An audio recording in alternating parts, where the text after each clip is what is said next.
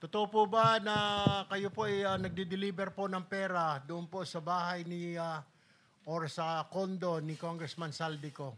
Will you attest to that po na totoo po yung sinasabi ng boss ninyo? Your Honor, bali ako po, isang beses lang po ako nakapag-deliver doon. Gaano karami po yon kung inyo po natatandaan, ilang maleta, ilang sako yung dineliver po ninyong pera? Your Honor, sa pagkakatanda ko po, mga nasa 6 to 8 na maleta po. 6 to 8 na maleta. Alam niyo po ba kung magkano halaga noon? Di ba kayo sinabihan kung magkano? Wala po kaming idea. Saan po dinala? Pero alam po ninyo na pera po ang laman ng maleta po na yon. Hindi po kinonfirm na pera, so wala po kaming idea. Okay. Saan niyo po dineliver yung mga maleta na yon? Nung nasama po ako doon, Your Honor, sa Valle Verde po. Ito po ba yung bahay ni ni Congressman ako sa Valle Verde 6? Bahay po siya pero hindi ko po alam kung kay Senator. Sino po ang sumalubong po sa inyo doon? Mga tauhan po yung nandun, Your Honor. Mga tauhan? Wala pong resibo na parang acknowledgement receipt or what? Basta i-deliver nyo lang po doon? Hindi ko po alam, Your Honor. Alright, may papakita po kami slide ng bahay po. Ano po, kung ito po yung bahay na sinasabi ninyo na dineliver po ninyo sa bahay ni Congressman Saldico, pakilagay po yung bahay. Kung ito po ba, ma-confirm lang po. Your Honor, magkaiba po yan, Your Honor. Magkaiba? Opo. Okay. Yung sasakyan ho na yan, alam niyo ho yan? Yung NFI 6319?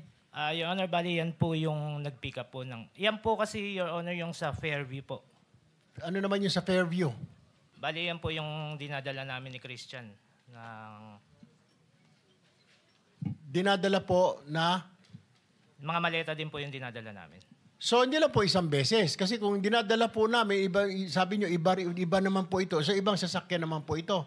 Opo, Your Honor. Bali po kasi yung sa sinasabi nyo po na yung sa Valle Verde po, isang beses lang po nakapagdala doon eh. Yung sa ano po, Yung ito. iba po yan nung ano eh. Sino po ang dinilibera na naman ninyo ng pera dito? Itong gamit yung sasakyan na ito? Hindi, Your Honor, hindi po kami ang may gamit ng sasakyan na yan. Pero kasama po yan dyan sa inyong office, itong NFI 6319. Hindi po. Bali po, iyan po yung sasakyan ng kumuha ng mga maleta. Yan po. So, Opo. nag-exchange lang kayo. Galing po sa sasakyan ninyo, inilipat nyo po dyan. Bali sila po yung kumuha sa sasakyan namin. Saan po ang nangyari itong transaction na ito na palitan, na ikarga from your sasakyan to that sasakyan? Saan po nangyari ito?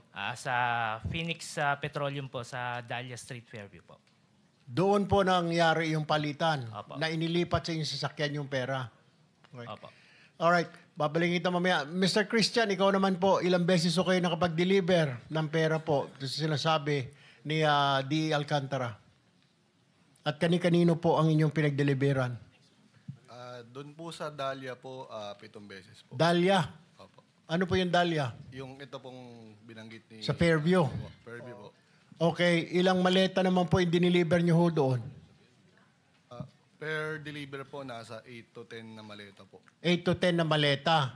Nagtina-transfer din po ninyo? Hindi. Opo. Kasama ko po si Mr. Andre. Kasama si Engineer Alcantara? Si Andre po. Si Andre. Ako po yung driver niya. Para kanino daw po yon?